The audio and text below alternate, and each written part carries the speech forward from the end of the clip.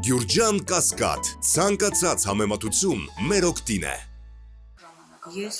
երբեք չեմ ստացել աջակցություն, այդ տան հարցն է, որ դիմել եմ թեկուզ կացարանով, թեկուզ սոցիալական տնով ապահովեք, որ ես խնամակալ եմ երկու հաշմանդամի ոնց պահեմ, չեմ էլ կարողանում աշխատեմ,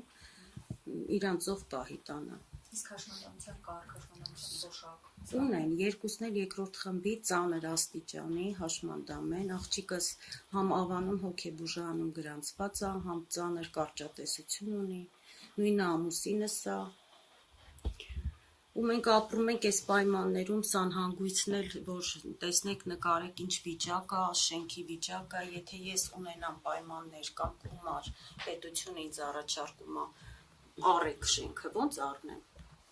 ես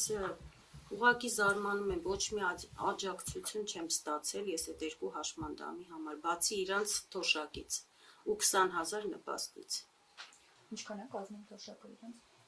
37,500 երկրորդ խմբի համար, սկի դեղերին չի բավարարում։